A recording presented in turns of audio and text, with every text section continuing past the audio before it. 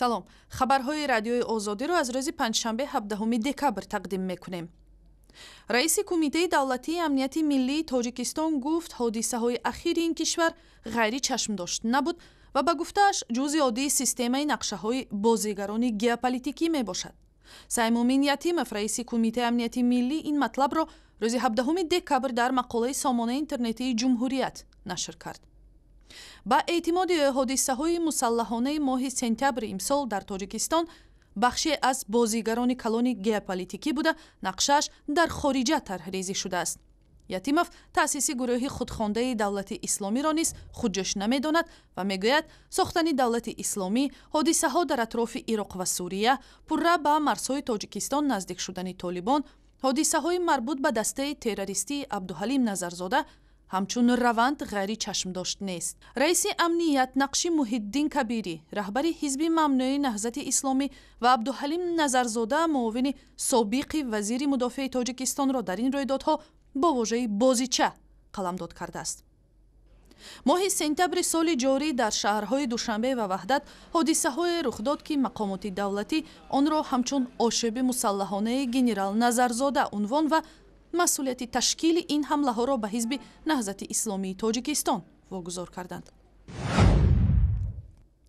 созмони байналмилалии Хонаи Озодӣ ё Freedom House аз боздошти кӯтоҳмуддати наздикони Муҳиддин Кабирӣ, раиси ҳизби мамнӯи наҳзати исломӣ, изҳори нигаронӣ кардааст.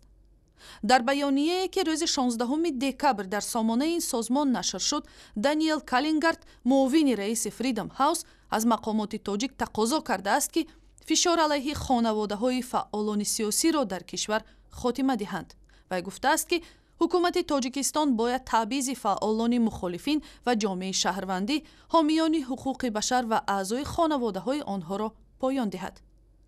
наздикони Муҳиддин Кабирӣ рӯзи 15 декабр тавассути шабакаҳои иҷтимоӣ эълон карданд, ки мақомоти интизомии ноҳияи Файзобод субҳи он рӯз падари 95-солаи сиёсатмадор Тилло Кабиров ва дасти кам 7 наздиктарин узви хонаводаи Кабириро аз хонаашон дар деҳаи Қасамдараи ноҳияи Файзобод бо худ бурданд.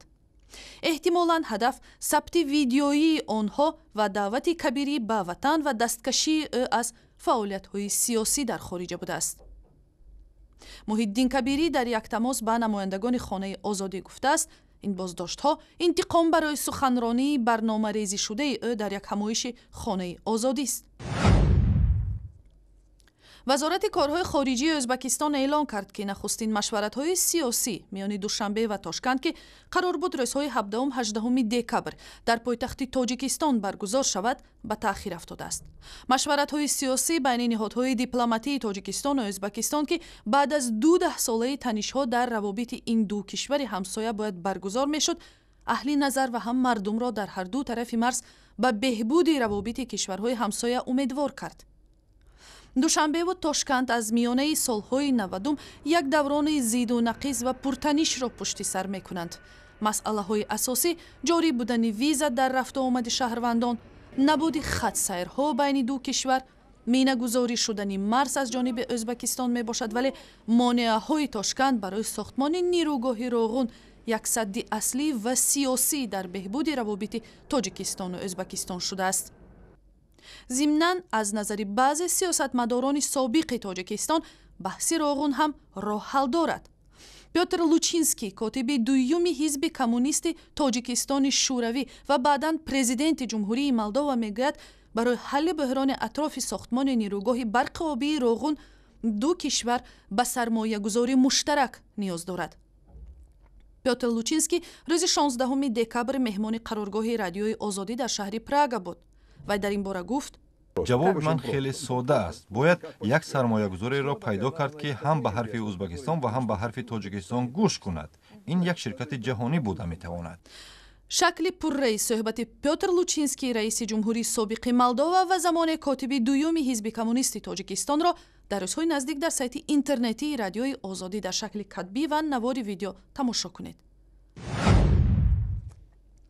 дар Украина чанд рӯз ба ин сӯ ҷанги лафзии байни се мансабдори баландпоя, сарвазир Арсений Яценюк, вазири умури дохила Арсен Аваков ва раиси вилояти Одесса Михаил Саакашвили идома дорад. моҷарои ин се мансабдор шоми 14 декабр дар ҷаласаи шӯрои миллии ислоҳот ба раҳбарии раиси ҷумҳурии Украина Петро Порошенко оғоз ёфт.